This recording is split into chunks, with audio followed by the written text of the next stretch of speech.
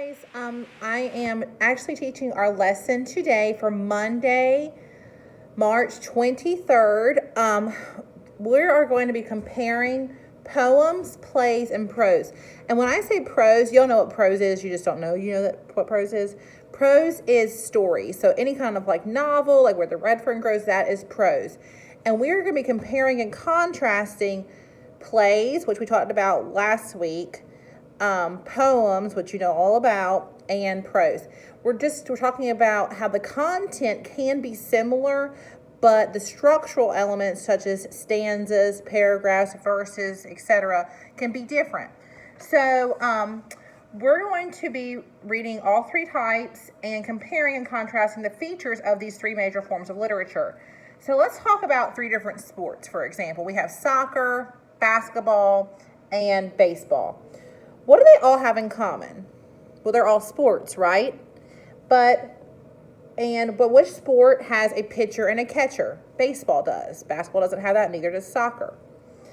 Which sport is played with two hoops? Basketball, right? My favorite. And in which sport do players kick the ball? Soccer, correct?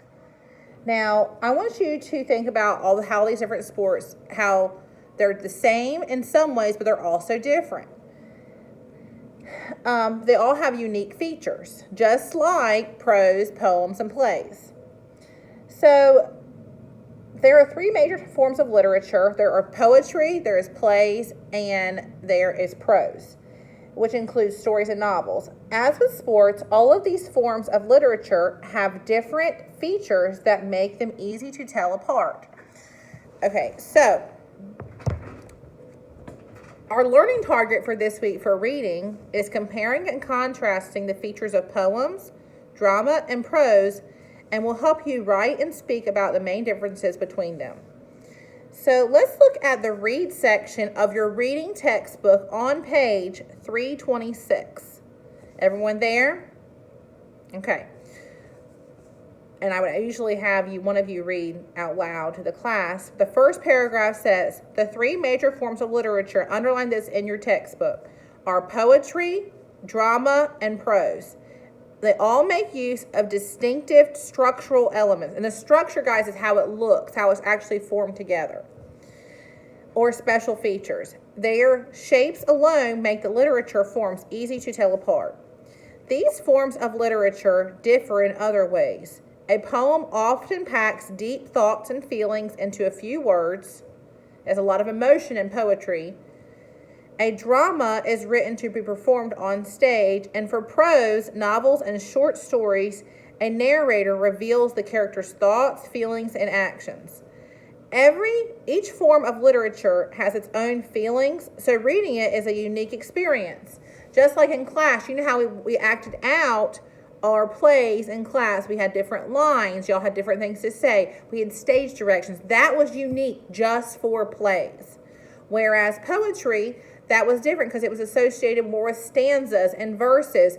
And you have to pause, right, Autumn, when you're reading it to show that emotional effect. Now, poems, plays, and stories all look different because they have distinct structural elements. They have other differences as well.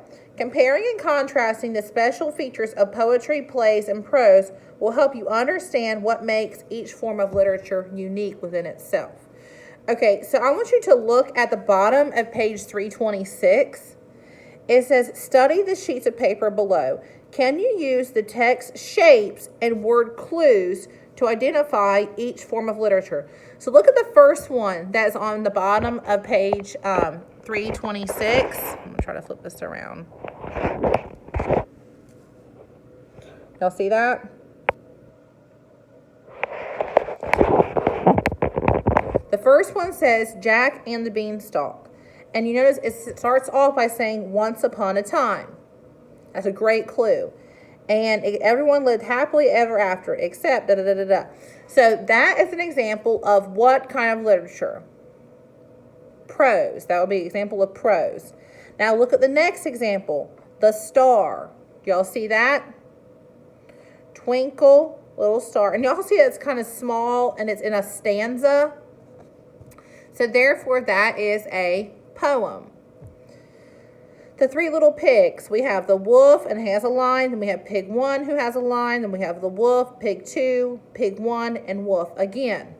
So those are the cast is saying different lines, and that is a play. Now, if you look on page 327, we're going to talk about how the different types of literature has the different types of elements. So let's talk about the first one that's on page 327. And the first one at the top of page 327, it says element is our setting. Now, you all know what a setting is. A setting is where the story or the poem or the play takes place. So our description of setting is time or place something happens. Does that make sense? And setting is evident in a poem, in a drama, and also in a prose. So you should have X's for a poem, a drama, and prose. Do y'all see that at the top? Now, dialogue. For dialogue, you're going to write down, it is a conversation, and I'll post this on our Google Classroom so everyone can see it. Conversation characters have with one another. And dialogue is seen in drama and is also seen in prose. So those categories are going to get X's for drama and prose. Does that make sense to everyone? So you will not have an X for poem because there is not dialogue contained in a poem. Okay? The next one, cast of characters.